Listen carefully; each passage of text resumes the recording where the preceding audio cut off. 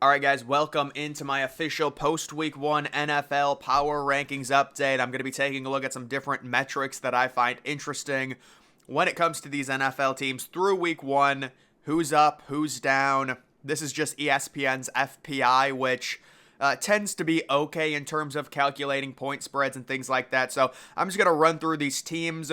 It's interesting. You look at ESPN's FPI. Look at the difference between Arizona and Houston, 32 and 31. It's about 4 total points. So Arizona sitting minus 9.7. And basically what that means, if Arizona were to face an average team, meaning a team with a rating of 0.0 on a neutral field, they would be right around 10-point underdogs. That's what that means in theory. So Arizona 0-1, they did cover the spread, but the idea with them is probably they're going to tank. They say they're going to bring Kyler Murray back. I really don't buy it. You have Houston sitting at 31. I would agree with that. I think Houston right now is clearly the second worst team in the NFL. CJ Stroud will be good down the line, but right now I wouldn't say to not start him. But if the interceptions start piling up with the receiver core that they currently have, I understand you just drafted him second overall. Originally, I was in favor of playing young quarterbacks, but in a situation like that, it just seems like you're kind of throwing him to the wolves.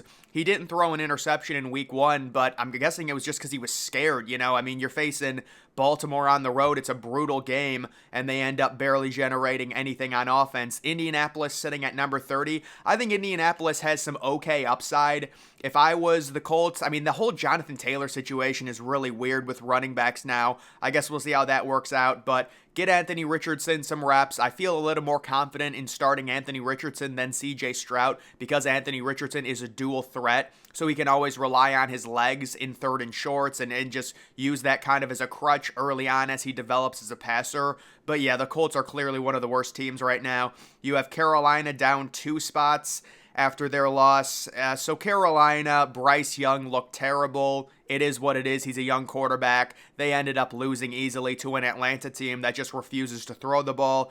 You've got the Buccaneers, who actually won in week 1. They're up 3 spots, but I still don't buy the Buccaneers. So, yeah, you can see they only move up to number 28. Baker Mayfield, good for him, but that game was pretty thoroughly controlled by Minnesota. You've got the Giants down 8 spots. I mean, if you lose 40-0, that's what's going to happen. I just think everything went wrong for the Giants. It wasn't like their defense got picked apart and gave up 500 yards. They just had some crazy turnovers, and the offense was terrible. It was a dreadful week 1 in the rain. You got to just flush it. You've got an easy game against Arizona. You need to make sure you win this on the road this week.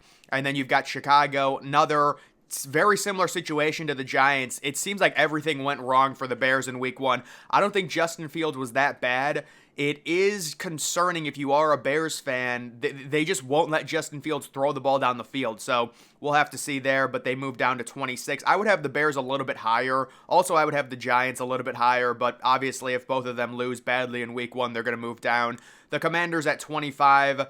Yeah, I mean, you could argue maybe 1 or 2 spots higher, but the Commanders kind of disappointed at home against a bad Arizona team. They did end up winning, but Sam Howell really didn't look that good. He's a young quarterback. He only made his second start, so it's still TBD on him. You've got Tennessee sitting at number 24, down 2 spots after the 1-point loss to New Orleans. Tennessee's in a very strange position right now. The situation surrounding Derrick Henry, he's getting older. You decide to, I guess, go all in by signing DeAndre Hopkins, but you're still starting Ryan Tannehill. It's like, we already know what Ryan Tannehill is. He's obviously not leading you to the Super Bowl, but then they have Malik Willis as a backup. They've got Will Levis, who they drafted in the second round. Really strange quarterback setup for Tennessee, but the story in week 1 was Ryan Tannehill not generating enough on offense, the 3 interceptions.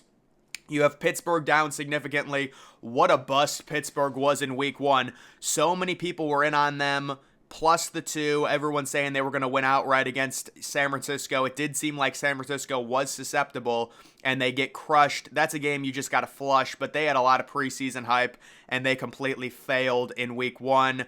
Then you've got the Raiders coming in at number 22. They're up 3 spots. Yeah, I think the Raiders should be a little bit higher than this.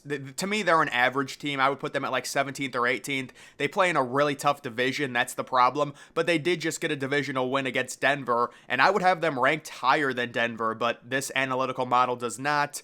You can see Seattle at 21. 1, so they moved down 6 spots.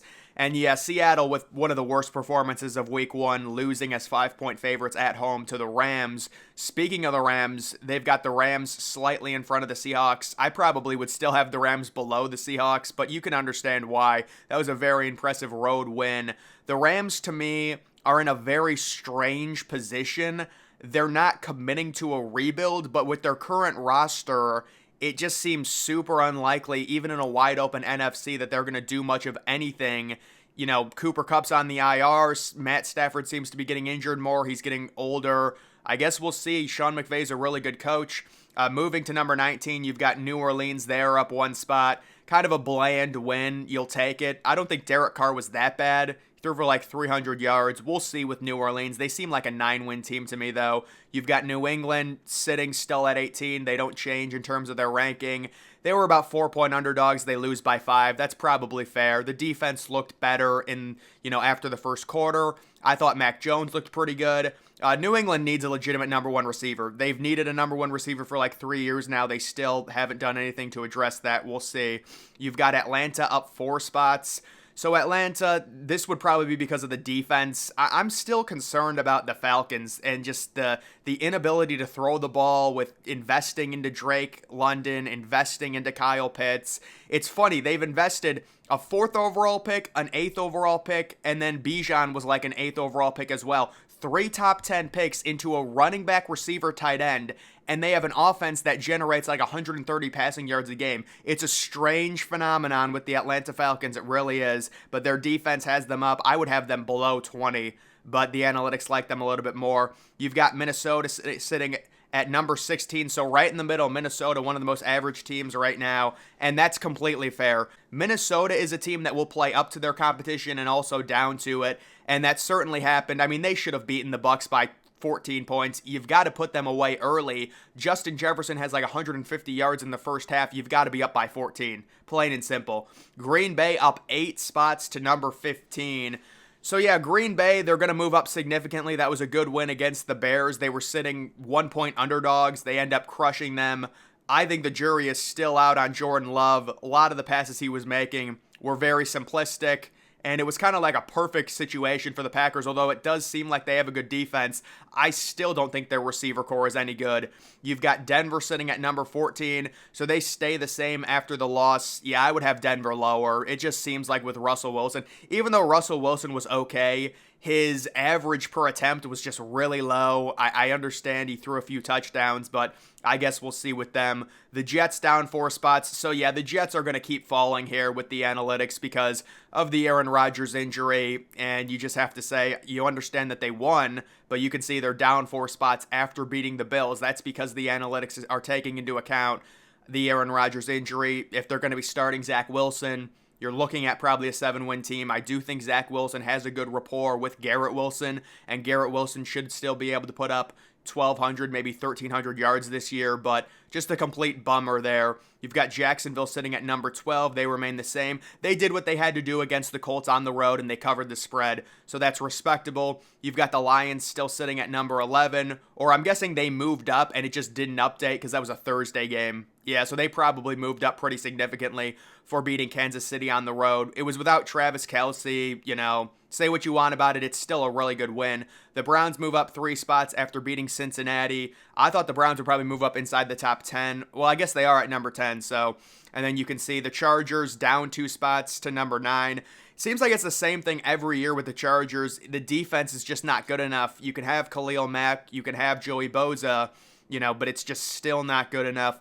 Cincinnati down 5 spots to number 8. I think that's fair. You don't want to overreact to Cincinnati. That was a brutal game.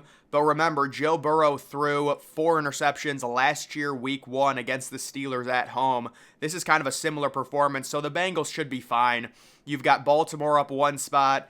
Baltimore dealing with all those injuries. That was a brutal week 1. They easily beat Houston, and you're facing a rookie quarterback at home. You're 10-point favorites. It's understandable. For them, though, if you're the Ravens, Zay Flowers, man, that is a very encouraging week 1 performance. I'm concerned about his height. Like, can he actually be a number 1 receiver with him being that small? But he is impressive. You've got Philadelphia down 2 spots, probably just other teams moving up in front of them. Philadelphia, very impressive week 1 road win at New England. You have Miami up 1 spot, the shootout win over the Chargers. Buffalo down 2 spots. I still feel fine about Buffalo. Josh Allen, it was a bad week 1. It happens sometimes. It is what it is. San Francisco up 2 spots. Very impressive team win against Pittsburgh. They've got crazy overall talent on offense and defense. And then you do have the Chiefs down 1 spot to number 2 after their loss, although you could say it was without Travis Kelce, and that is very important considering Kansas City really doesn't have any other receiving weapons right now. And then Dallas moves up 9 spots. So this is what was happening with the FPI last year in NFL. The Cowboys won a few games by like 35 points, and it just completely juiced their FPI. And it looks like they're doing it again. And so their FPI, they're already in first place by a half point. And because, they win 40-0, it's going to help. Kind of a weird game, though, with Dallas winning 40-0 and doing such little on offense. And then taking a look, this is always something funny to take a look at. Let's get Marvin Harrison Jr. on the Cincinnati Bengals, who right now would be drafting number 1 overall. Keep T. Higgins, keep Jamar Chase, let Tyler Boyd go. And now you move Jamar Chase to the slot. You've got Marvin Harrison Jr. on one side, T. Higgins on the other side. Obviously, it's completely ridiculous. But yeah, Caleb Williams, I would expect to go number 1 overall to Arizona. That's kind of the trendy play. Drake May, I would still think maybe the Buccaneers, although they already are 1-0. You're looking at right now, I'm surprised Quinn Ewers isn't inside the top 10. The 3 quarterbacks you're looking at are Caleb Williams, Drake May, and Quinn Ewers, possibly being the top 3 overall picks in the draft. Maybe a team like Tennessee really spirals and looks at someone like Quinn Ewers, but there are going to be some really good quarterbacks this year. And then this is just something interesting to look at. This is the luck rating. So the luck rating takes into account turnovers and things like that and just fluke plays. So according to this, Detroit and Tampa Bay were both the luckiest teams in week 1. And if you look at the games, it does line up. Detroit, they ended up beating Kansas City, but it was a very close game. Kansas City was kind of controlling most of it. Tampa Bay, very similar situation with Minnesota. Minnesota outgaining them significantly. And then you do have Las Vegas getting, a little bit of luck over Denver. But it's really not that big of a gauge. I just find it interesting to look at, especially like by week 10 or week 11, the luck rating should mean a lot more. And then just looking at the current MVP race, you still have Mahomes at number 1. So this year, I don't think Mahomes is going to win it, but he's still sitting plus 600. Tua makes a major jump. He threw for 450 and 3 touchdowns. He's right now basically tied with Mahomes in most of these sports books for MVP. Joe Burrow, even after a horrific performance, is at number 3 because people think it's like, oh, it's Joe Burrow's turn to win the MVP. You've got Jalen Hurts sitting there. He finished runner-up last year. Josh Allen. I think there's probably value on Josh Allen even after his bad performance week 1. Justin Herbert, it was okay. He only threw 1 touchdown pass. He also had a rushing touchdown. Trevor Lawrence had a decent week 1. There's definitely some hype around him. Lamar Jackson, I don't see Lamar winning another one right now. Dak Prescott there as well. I would say my MVP pick right now, if I had to do it, would be, at this point, probably Josh Allen, even after the bad performance. Normally how it works is they kind of pass around the award, and Josh Allen hasn't gotten one yet, so we'll see. Either way, guys, that's going to do it for this video. Make sure you're following me on X. Link to that's always in the description.